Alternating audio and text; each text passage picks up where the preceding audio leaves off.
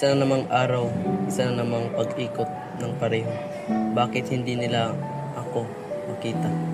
Gusto ko lang naman maging parte ng grupo. Masyado ba yun kahilingin? Siguro ito na ang pagkakataon ko. Isang pagkakataon na ipakita ko sa kanila kung sino talaga ako.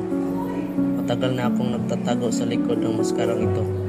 Panahon na ba para tanggalin ito? Sa sandaling ito, malaya ako. Walang paghatol, walang inaasahan. Ako lang at ang aking sining.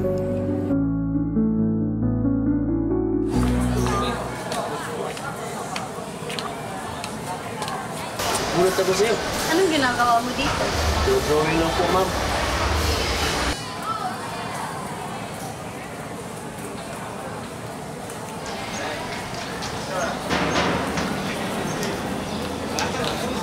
Gusto mo tulungan sila?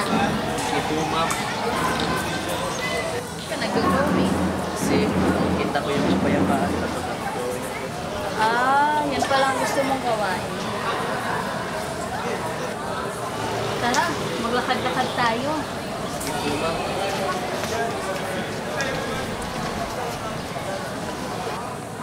Ano nga palang pangalan mo? Friends po. Friends. Titos.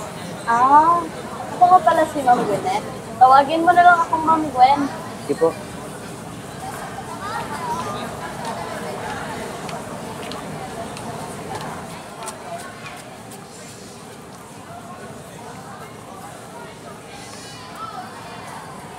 Ano nga palang gusto mo paglaki? Animator po. Ipagpatuloy mo lang yan. Kakamit ka na pala. Pero teka, nasaan ba yung ginagay ko kanina?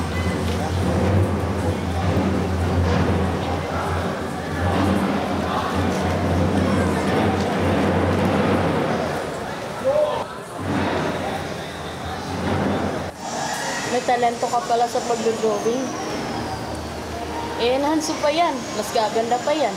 Salamat po, ma'am. Magkita tayo tuwing alas 5 dito Bakit po, ma'am? Kasi may gagawin pa ako eh. Sige po. Aalis mo na ako.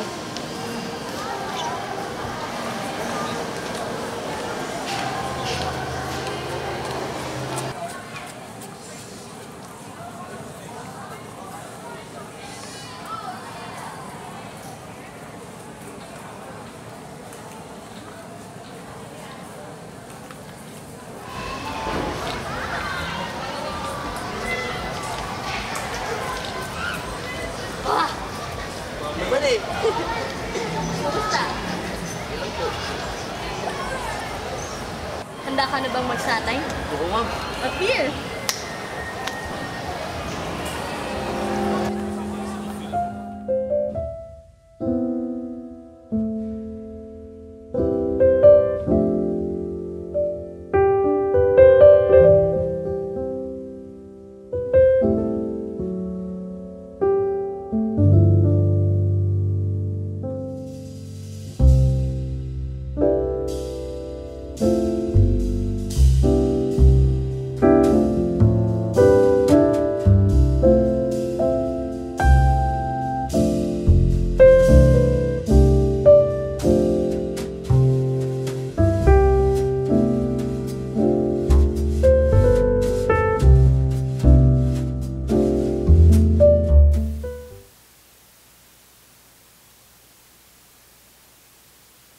Determinado akong patunayan na tama siya. Ang bawat stroke, bahagi ito ng aking sarili. Ibubuhos ko ang aking kaluluwa dito. Ako na sinubukan ko ito. Ito ang aking pinaghirapan.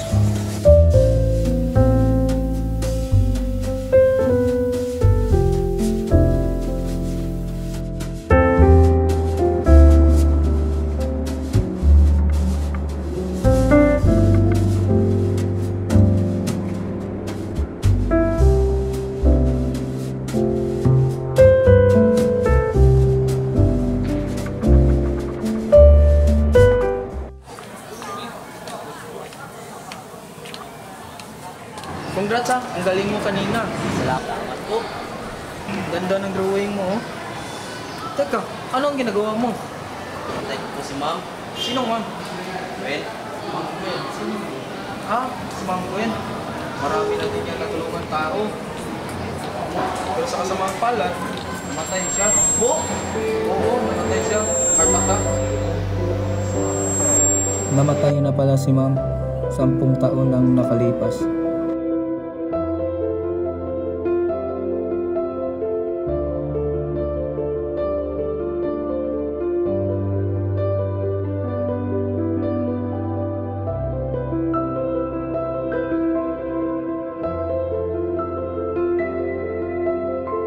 Si Ma'am Gwen, nasa isipan ko lang.